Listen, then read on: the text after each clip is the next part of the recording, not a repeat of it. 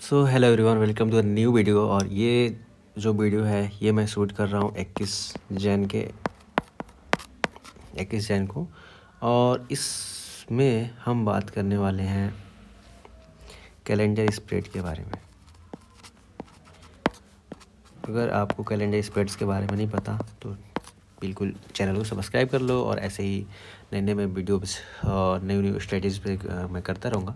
तो देखिए calendar spread में क्या होता है। अब इसके पहले मैं बात कर लेता हूँ कि कॉमन जो स्ट्रेटजीज होती हैं वो कौन कौन सी होती हैं। तो एक जो है हमारे पास स्ट्रैडल है। स्ट्रैडल में हम क्या करते हैं, जो ऐड द मनी होती है उसको ही बेच देते हैं, दोनों को। स्ट्रैंगल एक स्ट्रेटजी होती है। स्ट्रैंगल में हम क्या करते हैं, इसमें कुछ आउट ऑफ द मनी में जाके बेच देते हैं। तो कुछ इस टाइप का हमारे पास पे अप ग्राफ बनता है, मतलब मार्केट इसके बीच में अगर रहा तो इतने का आपका प्रॉफिट होगा। इसमें कुछ इस टाइप का बनता है, अगर मार्केट इसके बीच में रहा तो आपको प्रॉफिट होगा, इससे बाहर निकलने लगा तो लॉस होगा। बट ये जो है इसमें आपको हेजिंग नहीं दिख रही है, इसलिए ये बहुत ही रिस्की स्ट्रेटजीज हो जाती हैं। और इसका जो पे ऑफ ग्राफ बनता है कुछ इस टाइप का बनता है, ठीक है। मतलब कि थोड़ा सा भी आपको इधर होगा, और आपको तो पता है नहीं कि बाद में मार्केट पीछे आने वाली, पीछे भी आएगी कि आगे ही चलती जाएगी। तो इसमें जो ये आपका लॉस होता है ये आपका इंक्रीज होता जाता है, ठीक है। इसीलिए ये सब रिस्की स्ट्रेटेजी होती है।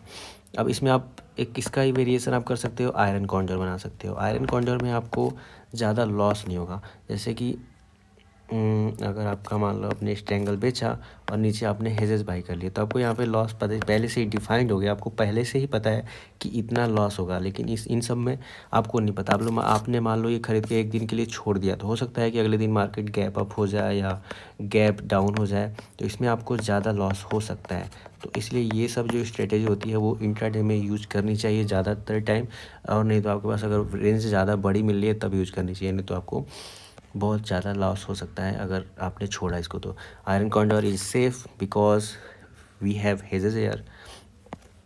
अब बात कर लेते हैं कैलेंडर स्प्लिट के बारे में। बात करनी थी मेन। तो अब कैलेंडर स्प्लिट में हम क्या करते हैं, कैलेंडर स्प्लिट में हम बेचते हैं एट द मनी का कॉल और पुट। तो कुछ इस टाइप का ग्राफ बनेगा। और हेजेस जो होते हैं वो हम बाई करते हैं नेक्स्ट वीक का। ये जो था इस वीक की है, और ये जो बाई कर रहे हैं वो नेक्स्ट वीक का कर रहे हैं। तो आपके पास जो ग्राफ बनेगा कुछ इस टाइप का बनेगा, ठीक है। हाँ, तो यहाँ पे भी आपका लॉस जो होता है पहले से डिफाइंड हो जाता है, और इसलिए ये ज़्यादा थोड़ी अच्छी है। क्योंकि अगर मान लो नेक्स्ट वीक का कर रहे हो तो उसमें डीके जो होगा कम होगा। नेक्स्ट वीक का अगर आपने बाई किया है हेजेज, तो उसमें जो आपको लॉस होगा, जो इसका डीके होगा वो बहुत धीरे धीरे होगा, क्योंकि वो नेक्स्ट वीक एक्सपायरी आने वाली है। और जो ये वीकली एक्सपायरी होगी, जो आपने सेल किया हुआ है एट द मनी का कॉल और पुट, ये जो होगा इसमें जल्दी जल्दी डीके आएगा, जिससे आपको ज़्यादा प्रॉफिट होगा। मान लो इसमें डीके हो रहा है 1000 और इसमें डीके हो रहा है धीरे धीरे, तो ये मान लो 400 हो रहा है, तो ये जो डिफरेंस है 600 का, यही हमारा प्रॉफिट होगा अगर मार्केट रेंज बाउंड रही तो।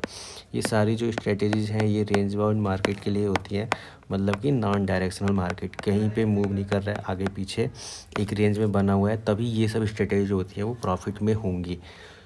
तो यहाँ पे अच्छी बात ये हो कि इसमें हेजेज होता है। और अगर मान लो मार्केट गलती से ज़्यादा गैप अप और गैप डाउन हो गई, तो ऐसा भी हो सकता है कभी कभी, जब गैप डाउन मान लो अगर हो रही है, इससे क्या होगा, आपका जो वोलेटिलिटी है वो इंक्रीज़ हो जाएगा। और जब वोलेटिलिटी इंक्रीज़ हो जाती है तो जो ऑप्शंस की प्रीमियम्स होते हैं, ऑप्शंस का जो प्रीमियम्स होता है वो ज़्यादा डिक्रीज़ नहीं इंक्रीज़ हो जाएगा।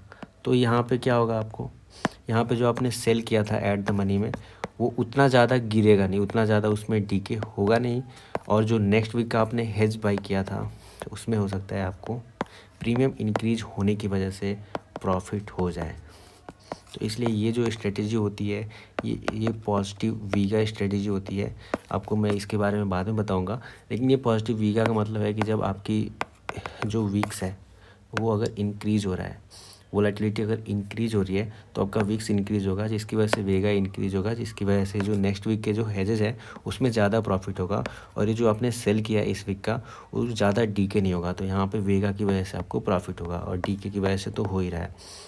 तो ये जो कैलेंडर स्पीड है, अगर आपका वीक्स 9 से 10, 11, 12 के आसपास चल रहा है तो उस टाइम में अगर आप ये कैलेंडर स्प्रेड बनाते हो तो आपको प्रॉफिट होने के ज़्यादा चांसेस होते हैं, क्योंकि यहाँ से ये मिनिमम वीक से इसके ऊपर ही मतलब जाने के ज़्यादा चांसेस होते हैं। क्योंकि ये देखो भाई, पूरा जो गेम है वो प्रोबेबिलिटी का ही गेम है। तो आपको अगर प्रोबेबिलिटी अच्छी मिल रही है, इधर भी लॉस हो सकता है, बट सब प्रोबेबिलिटी का गेम है। तो मान लो अगर यहाँ पे 50 60 70% की प्रोबेबिलिटी मिल रही है कि मार्केट इसके बीच में ही रहेगा तो आपको प्रॉफिट होगा। सो इसलिए ये स्ट्रेटजी बहुत ही अच्छा यूज किया जाता है। और इसमें आप बोल सकते हो कि अगर आप हफ्ते में 4 वीक होते हैं तो 4 में से 3 वीक या 2 वीक आपको प्रॉफिट होगा अच्छा खासा। और अगर मार्केट ज़्यादा मूव कर गया तो आप लॉस भी कर सकते हो। सो इस स्ट्रेटजी में बस इतना ही। अगर आपको वीडियो अच्छी लग रही होगी, स्ट्रेटजी अच्छी लग रही होगी तो कमेंट करें, और नई नई स्ट्रेटजीज़ के बारे में आप बताएं, और उसके बारे में मैं आपके इसके ऊपर वीडियो बनाऊंगा। सो धन्यवाद। इस वीडियो में बस इतना ही। Thank you.